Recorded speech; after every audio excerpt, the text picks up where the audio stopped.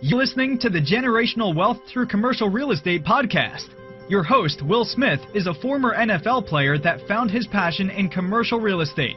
Every week, you will learn from industry experts everything you need to know to get started investing in commercial real estate to build generational wealth. Thank you for tuning in today to the Generational Wealth Through Commercial Real Estate show. We got Mike Vann with us today. He's with Trident Multifamily. These guys are crushing it. They're based out of Texas, but they're kind of, investing all over the Midwest. Mike has 20 years of experience, and he has a personal portfolio of $6 million right now, and that's across multiple asset classes. Mike, how you doing today, man? Tell us a little bit about how you got involved with real estate. Well, thanks a lot, Willie, for having me on the show. I appreciate being here. Traditionally, like most people, I started out with single family and small multifamily stuff. About 20 years ago, I was working in the medical sales field and went through a couple different layoffs, made it through. But at that point made me realize that, I'm just a number and need to find another way to have some security. And so started looking into real estate and ended up buying a little duplex, and over time flipped some houses, went through the '08 crash and, realized that, hey, real estate's a pretty solid investment as long as you buy it right. And you're not over leveraged. You can make it through and survive even the greatest of downturns. And so, continued on after my journey there and started buying a little bit bigger assets. Bought a 16 unit from a bank in 2010 and bought that for $450,000. Ended up selling it for $785,000 about 7 years later. Nice. And 31 that into a 55-unit apartment complex. And then along the way, I bought some other smaller stuff as well. Yeah. Some 5-plexes, 6-plexes, 12, 27, that kind of stuff. Right. I still work a full-time job in the medical device field. I've been doing that for 16 years now with this current company. And it's been great. I really enjoy what I do, helping people. But at the same time, still corporate America, and you still got to have that backup plan. So 2017, I never had any partners before. In 2017, decided that hey, if I'm going to scale to the point I need to replace my income, I've been very blessed. And so because of that, it's been a blessing and a curse that it takes a lot to replace a lot. So That's right. Decided to scale up and do that through syndication. So sought out a mentoring program, vetted several of the mentoring programs, and decided to join Brad Sumrock's group down in Dallas. Yep. And through several of those meetings, met up with my current partner, met up with several partners, and did a few deals in Kansas and a couple in Dallas. Met my current partners, Rodney Miller out of Oklahoma City and Carl Silvercrop out of Dallas, and we decided to start pursuing deals together. And so we did our first deal together in March of 2019. It was a 100-unit over east of Tulsa. Yep. And we did that as separate entities. We all came in, as a separate entity working together. Mm-hmm.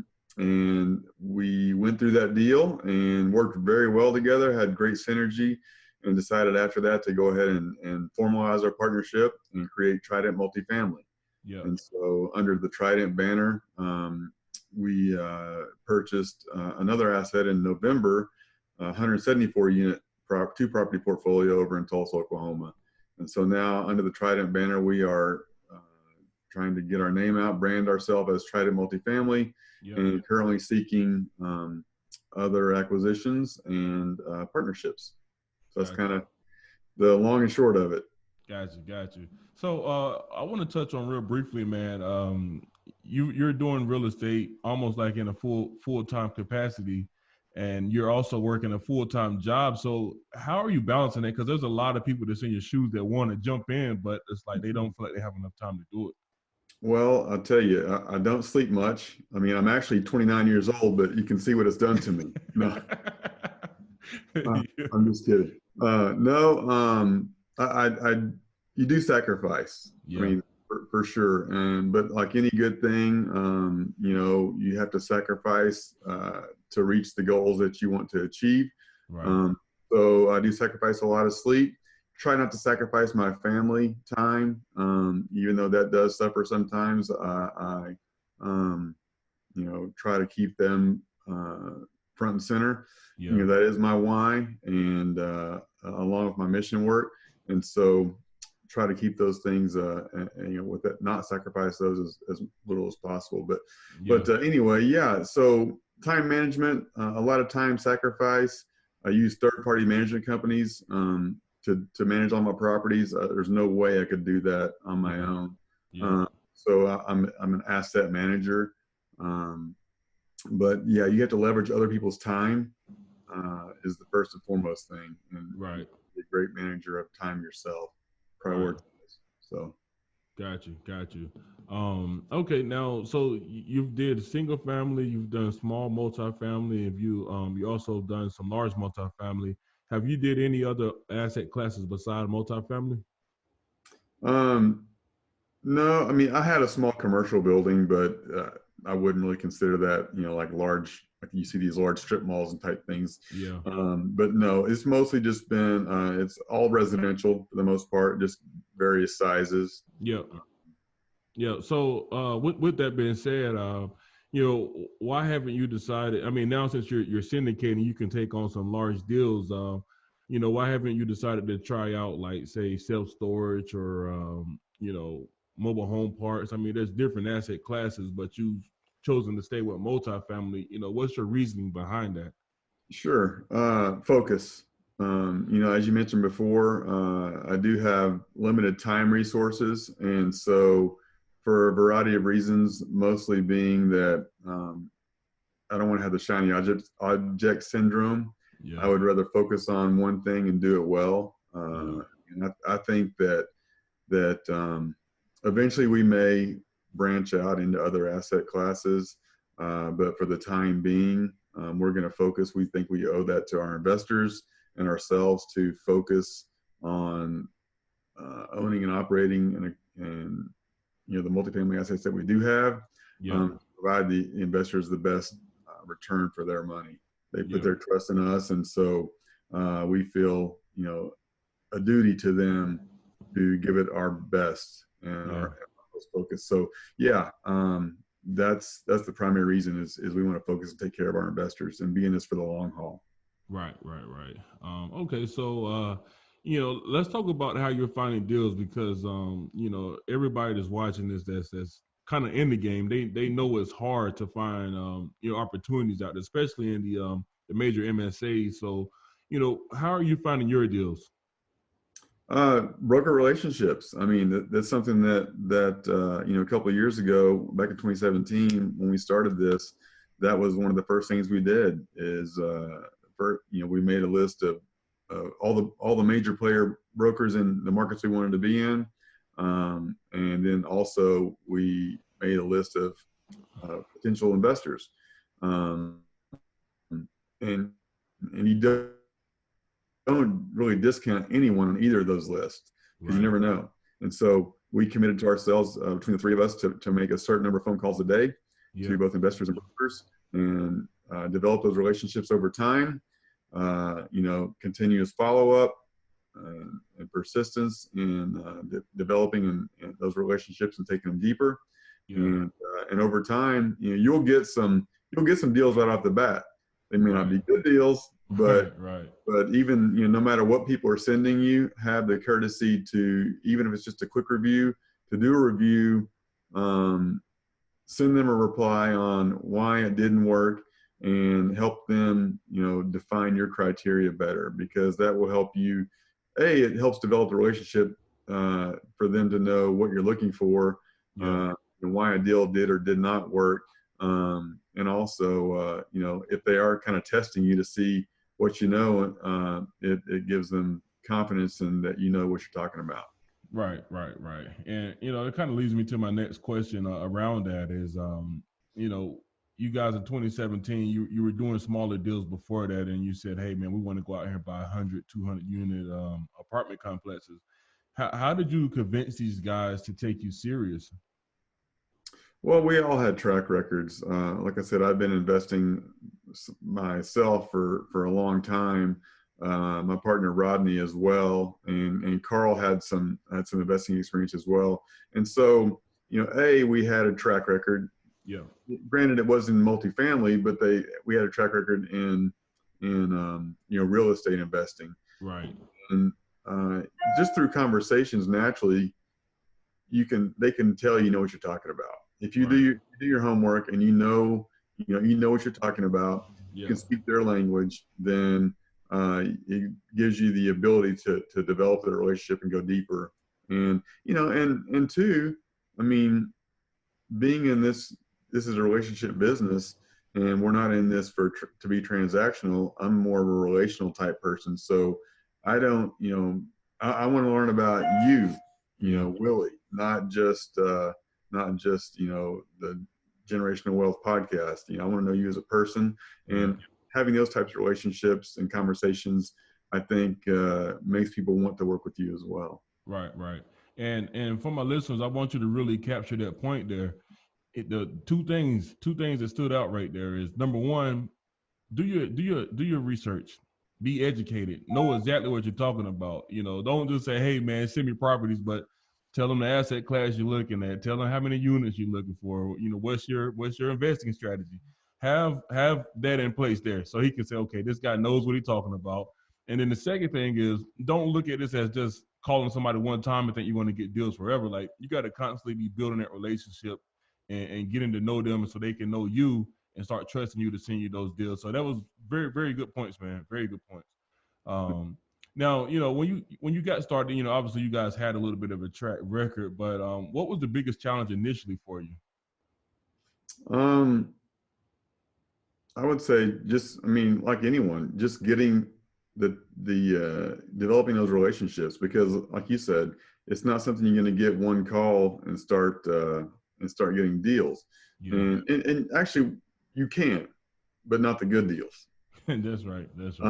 And so, having good conversations, following up with those conversations with an email, thanking them for their time, once again, laying out your specific criteria that you're looking for, and then putting a follow-up appointment on your calendar to call these guys back. And, it's a process. And so, putting the time and effort in, as with anything, right, whether it's real estate or football, you got to put in your time and put in that hard work and sweat. So to get anything that make it pay off. So.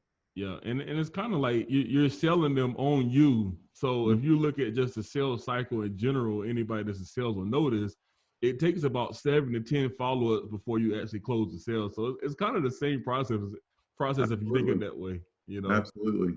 Yeah. So as far as markets, what markets are you focusing on right now? We like the Mid-South market, as we like to call it. Like I said, I'm located in Missouri, Rodney's in Oklahoma, and Carl's in Texas. And so all of our deals are kind of in this triangle, so to speak, this Mid-South triangle, where we can jump in the car and be there within 3 hours from any of our locations. Yeah. And so, like I said, we've had deals in Texas, Kansas, and Oklahoma. Lost out on a deal in Kansas City recently. And so that's kind of the reason behind we want to be able to be there on the ground quickly. And we like this market for cash flow. I mean, these secondary and tertiary markets that we're in and looking in, the cash flow tends to be better than it is in some of the primary markets, and a little less competitive. All markets are competitive nowadays. But these tend to be a little bit less competitive, and basically higher cash flow. Yeah, that's always a plus, especially when you got some investors that you got to keep happy. You want to have that cash flow for sure. Yes. Now, the deals that you're looking for, obviously everybody have like their certain niche of the number unit count and the class. What kind of deals are you looking for right now? We try to stay 100 plus. We would look at something less than 100 units, but no smaller than 70. I mean, we want them to be able to support on-site management. Yeah. And the smaller deals, just they're tougher. You can make it work if you have a couple smaller deals that are in close proximity that you can have share management or something like that. But typically 100 plus deal is what we look for. And I'm sorry, what was the other half of the question? And as far as like the class, are you looking for like value add type stuff? Or? Yes. Sorry, BC class, 100 plus unit value add. We look for opportunity. I mean, so that value add BC class, that's the sweet spot where you find the most opportunity. We don't like distressed assets. Yeah. Not at this point anyway. Obviously, you're going to have a lot more opportunity when you look at distressed assets, but right now we're focusing on cash flowing operating businesses. In the mid 80s and higher occupancy, with some deferred maintenance and some operational efficiencies that we can come in and cure and raise the NOI. Right. So you would say that probably a target type value add property would be something that somewhere that's maybe around a 3 to 5K per door CapEx budget. That would be kind of something that's ideal if you're adding value. Yeah, that's about right. Anywhere from 3 to 7,000. The property we just bought, actually, which we can probably talk a little bit more about later. We bought it for $8 million. We're putting in just over $2 million in CapEx. So, but then there's also opportunity on top of that. So 3 to 7K a door is a nice bread and butter. Right. Gotcha. Now, when you're looking at deals, I mean, a lot of people say, okay, now I'm getting them to start sending me deals, but, how do I know if it's a good deal or not? So what are the red flags you look for when you're underwriting your deals? Well, first of all, you can never take for granted what's in the OM. The broker's a salesman too. He gets paid when he sells a deal. That's right. You have to vet everything that's in the OM. I mean, we go out and we actually visit personally the comps in the market that are being used, and if we see some that are not being used, we dig into why that is.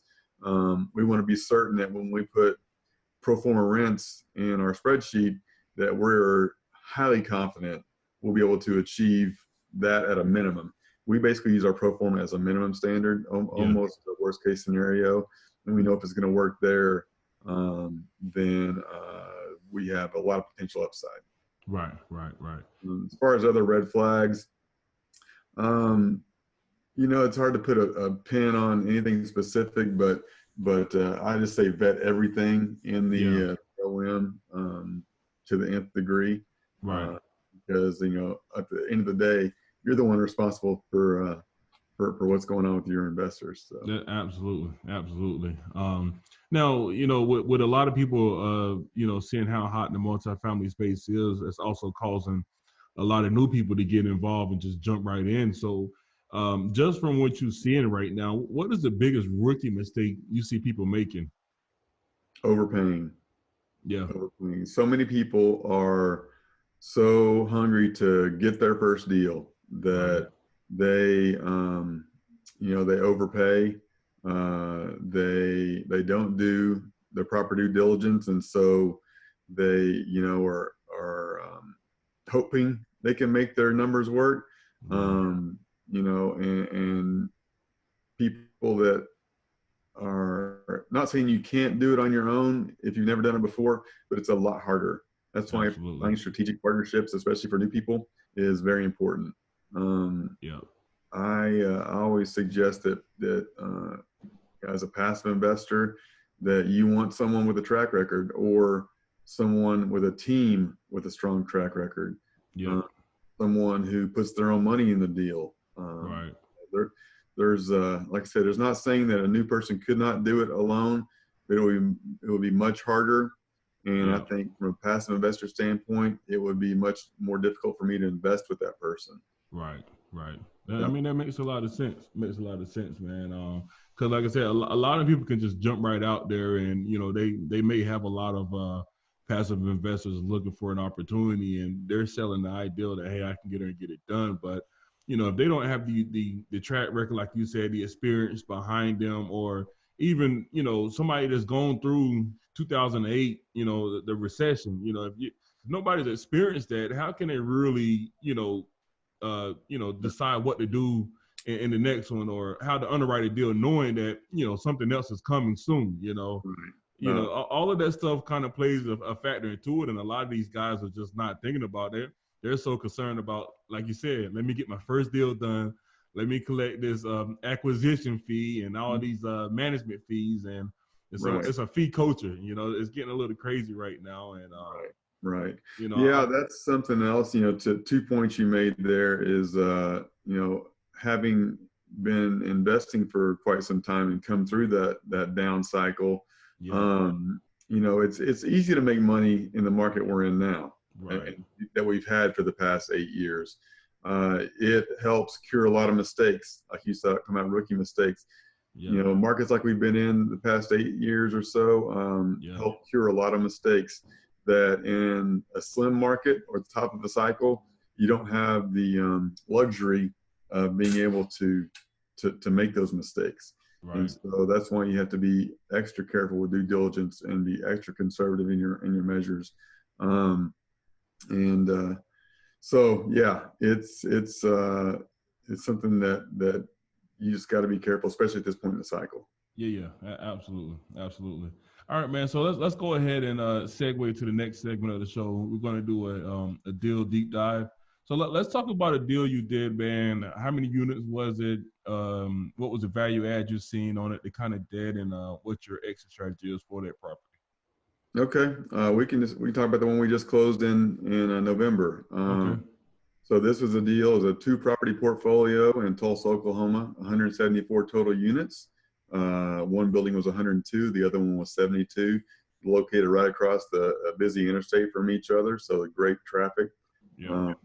Probably in a B to B minus area, where there's a lot of new construction, big box retailers. The city's making improvements in the area, so it's an area that is having investment currently being made in there. Right. And this specific asset was kind of the ugly duckling in the neighborhood. Yeah. It had been owned by the same owner since '96, self-managing.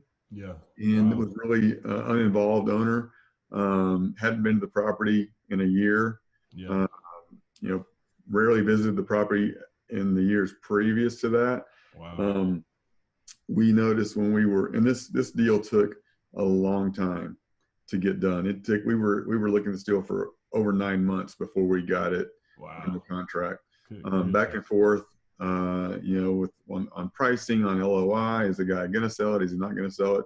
Yeah. But we saw some really good opportunity with this deal, specifically not only in the fact that it had been, a long-term owner, Yeah. and he hadn't really had a lot of deferred maintenance, so to speak, but no updates to the units.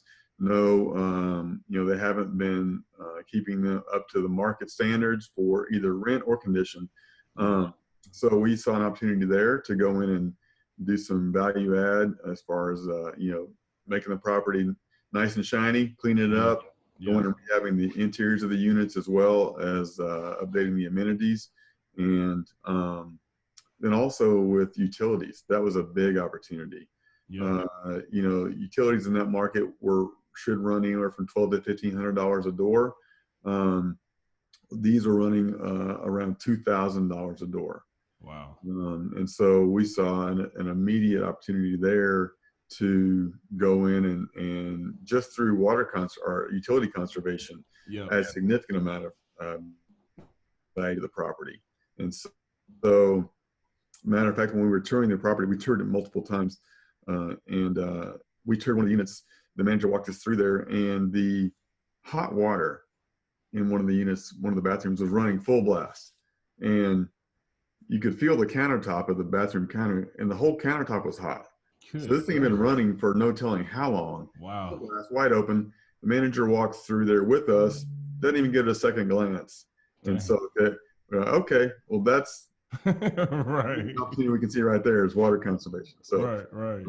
Yeah. And so that's one of the first things we did as far as our CapEx budget, our CapEx plan was we did an immediate sweep of both properties of changing out toilets and shower heads, low flow, faucets and things like that. Also, when we did that, we changed all the valves as well to make sure they weren't going to be leaking. And so just by doing that alone, we'll see some immediate, utility savings. And then, of course, going back and updating the unit interiors. Yeah. Now, what kind of rent bump are you guys projecting on this property here? So we, like I was saying, we look at kind of a minimum standard on our pro forma. And so we had pro forma an $80 rent bump to these units at average. We had our first units turned back to us a week or so ago and rented our first unit at a $100 rent bump. Oh, wow. So, right there tells us that, yes, we can achieve at or above what we had pro forma. And so that's good news for us and our investors. That's right. Good deal, man. And what kind of debt did you put on this? So this one was a bridge debt. We did a 3-year bridge loan, non-recourse. And it is a floating rate loan. It's 300 points over LIBOR. But we did purchase a rate cap. So we know with certainty that it will never go above X. Right. And we underwrote it just about at that high end interest rate. But right now, interest rates are going the other direction. So we feel that we're in good shape there, especially with that rate cap purchase. We also, so it's a 3-year loan with 2 1-year extensions. So it's 5-year total. Right. Bridge debt. They financed not only the acquisition, but also 100% of the rehab. Yeah, that's great. That's one of the reasons that with this property, we purchased it at $8 million. We're putting a little bit over $2 million in CapEx. And so that's one of the reasons that we did this. And this property, typically we would do a 5-year hold. This property specifically is going to be a 3 to 4 year project because of the immense amount of improvements we can make immediately. We can have it stabilized in 24 months and then start looking at potential sale. So we're hoping to sell it within year 3.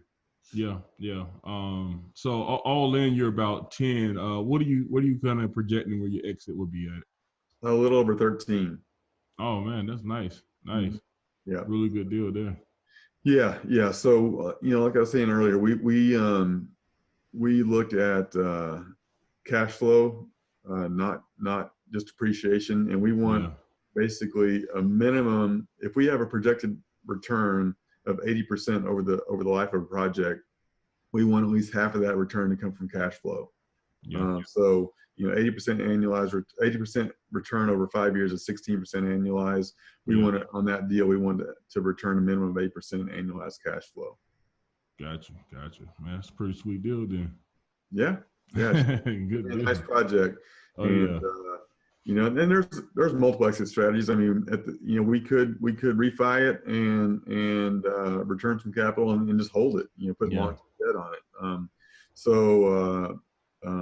Like I said, that's another thing. You got to have multiple exit strategies when you go into a deal. Not just only have one way to get in and one way to get out. So. Right. And I mean, me personally, man, I really want to be able to hold long term. So, do the value add and then refi my investor money back, and whoever wants to stay in can stay in the deal, and let's hold it for life. That's my mindset, man. Yeah. On my personal portfolio, I've only recently sold some deals. That in 2017 I sold that one deal in 1031, a smaller apartment complex, but I've started recently selling some of my smaller stuff just strictly to free up capital for syndications, because we invest our own money in these deals as well. And so I'm selling off some of my smaller portfolio of stuff to invest in these syndications. Gotcha. But within my own portfolio, eventually we'll start selling some and then buying larger apartment complexes within my own personal portfolio, in addition to our company. Right. That's the best way to do it, man, in my Mm-hmm. opinion. Well, yeah, man, let's go ahead and I'm sorry, say it again. That's how you get that generational wealth. That's right, man. That's what I'm all about, man. Right. All right, let's go ahead and segue into the lightning round here. Okay. All right, so what's the best advice you ever been given? I would just say be persistent. That's something that a lot of people think they're gonna, they jump in this game, they come in, make a few phone calls, they get turned down, or they get discouraged because they lose out on a few deals and they give up. But I mean, man, you have to stay persistent. Be persistent and consistent. Yeah. Probably the best advice. Persistent with your efforts and consistent with your strategies and fundamentals. Yeah. Gotcha. What's the best book you've ever read? Besides the Bible? That's right. Rich Dad Poor Dad probably is, that's a classic that everybody probably says, just from a mindset standpoint. Yeah. Napoleon Hill is another great book. The book by Napoleon Hill. Yeah, Think and Grow Rich. Yep, Think and Grow Rich. And those probably are two good fundamental books that I would recommend. Gotcha. What are some rituals you're doing right now that's making you a better investor or just person in general? Well, every morning I try to have some quiet time. I get up early and read the Bible, pray, reflect on the previous day, the day that's coming, review my goals, and then jump into the day. Gotcha. What is the one thing you're focusing on right now to help you improve your business? Right now, we're looking at establishing a thought leadership platform and branding with our company, Trident Multifamily. Yeah. So getting our name out there, establishing credibility within that Trident Multifamily brand. Yeah. Also refining our infrastructure. We just implemented an investor portal that we have all our investors, when we have a deal go out, they can review all the documents there, sign all the documents there, get all their updates through the portal, and just present a more professional presentation to our investors.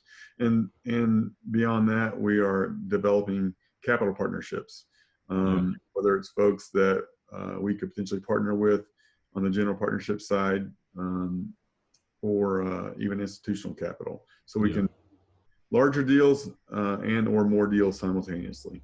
Yeah.